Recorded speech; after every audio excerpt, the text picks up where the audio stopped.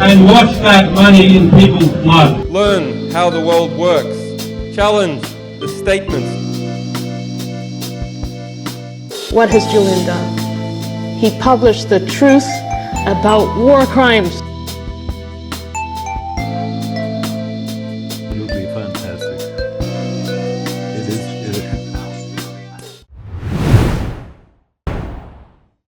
Julian Assange has walked free after 12 years of confinement and jail. The mainstream media is telling you that he signed a plea deal with the US to get out of prison. But it is not giving you the uncomfortable details of the plea deal. Julian Assange is not just a mere whistleblower. He is a truth seeker who exposed the US military as the biggest terror group in world history. WikiLeaks, the website that Assange started, exposed the US military as a far bigger terror group than Al-Qaeda, LTTE, Maoist guerrillas, Hamas and ULFA. Yet the same terror group, under the protection of the US flag and the White House, forced Assange to sign a humiliating deal. A deal in which Assange was blackmailed into accepting that he is a criminal spy, that he violated the US Espionage Act, that he conspired against the US government, that he unlawfully stole state secrets. Not a single popular media outlet is telling you that the world's biggest terrorist nation arm twisted a truth seeker and made him admit that he's a dirty spy, all under the glossy cover of a plea deal. Thank you for tuning in. This is Nadeem. You are watching Empire Diaries. In this episode, we will look at the narrative manipulation in the mainstream media, a narrative designed to divert your attention from American terrorism towards whether Julian Assange is a hero, a spy, or a lawbreaker. If calling the US military establishment a terror outfit sounds harsh, then you have walked into the narrative trap. Let's look at some of Assange's most powerful works as a truth seeker. In 2006, he launched WikiLeaks, a public interest website for whistleblowers. In 2010, WikiLeaks published thousands of secret US military documents. They show that the American military was routinely engaged in the deliberate killings of civilians in Afghanistan and Iraq. The most stunning exposure came in April 2010. A video was released that showed the US military happily targeting and killing a dozen civilians in Baghdad from a chopper. See all those people standing down there? Individuals with AK-47s. Request permission to engage. I got him. 2-6 is a 2-6. We'll move, but we got this. Oh, I'm sorry. I was bypass. God damn it, Kyle. Sorry. I hit my head. In the leaked video filmed from a US Apache helicopter, the military can be heard laughing after killing the Iraqi civilians. Then in 2015, WikiLeaks released a flood of documents about illegal spying by the US National Security Agency, also called the NSA. The world got to know that the US was spying on global leaders from various countries. These and many other revelations of US terrorism on foreign soil were made public by WikiLeaks.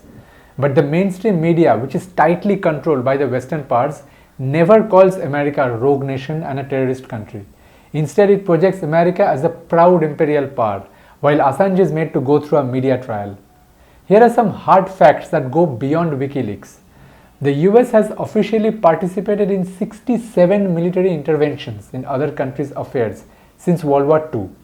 Iraq, Cuba, Afghanistan, Vietnam, Iran, Somalia, Libya, Cambodia, Ghana, Indonesia, Brazil, Chile, South Korea, Italy. It's a long list of targets. Also, never forget that the US is the only country to have dropped nuclear bombs on civilian populations in Hiroshima and Nagasaki in 1945. This legacy clearly makes the Pentagon the biggest terror group on the planet today. If it sounds incredible, it's only because the mainstream narrative doesn't tell you these things the right way. In this Assange episode, notice the things that the mainstream narrative wants you to focus on. Was Assange morally wrong to steal secret documents?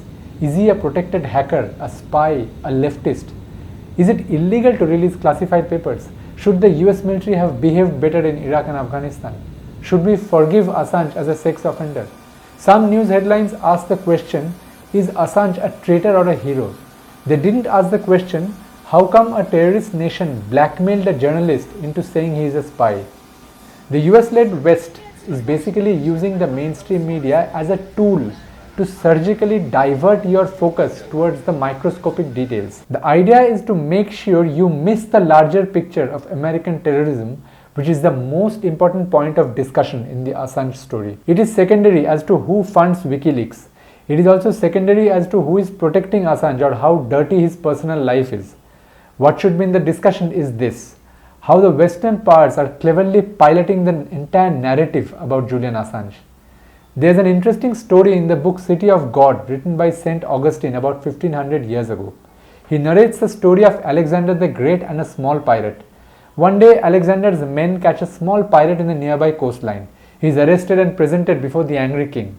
Alexander shouts at the pirate, saying, "How dare you molest the sea, you little pirate?" The pirate replies, "I molest the sea with my little boat, therefore I am called a pirate. But you molest the entire ocean with your huge fleet and you are called an emperor." This story was also narrated in the 1986 book Pirates and Emperors by Noam Chomsky, a well-known critic of US imperialism. The story of Alexander and the pirate perfectly fits into the doctored narrative we are being told today about Assange. Julian Assange is the pirate here, the small offender. The US government is the emperor, the larger criminal. The media is minutely scrutinizing pirate Assange's character, going into vivid details of his flaws. And the same media is showing the emperor, the US government, as a legitimate establishment offended by Assange, the spy and a hacker. The emperor doesn't get questioned here. Only the pirate deserves that honor. When Assange was being hounded by the CIA and the US government, his fans asked a thought-provoking question. Why is Julian Assange in jail for crimes that the US government committed? In fact, St. Augustine's story of the pirate and the emperor applies to cases around the world. Here in India, human rights fighters like Medha Patkar, Iram Sharmila, Vandana Shiva and many others have similar life stories. They got branded as pirates while the powers they campaigned against stood tall like emperors. That was the standard narrative in the media. Next time when you bump into a mainstream media report or a discussion about Julian Assange, remember not to walk into the narrative trap. Ignore the trickery and look at the larger picture. Do share this report and don't forget to follow our work on our YouTube channel. Also follow our website empirediaries.com. Stay connected, stay informed. And wash that money in people's blood. Learn how the world works. Challenge the statements. What has Julian done? He published the truth about war crimes.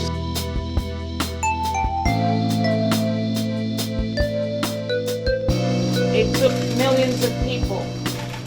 It took people working behind the scenes, Witness and people be a part protesting of the journey. And on the thank you. streets I mean, we will be. for days and weeks and months and years. He is meeting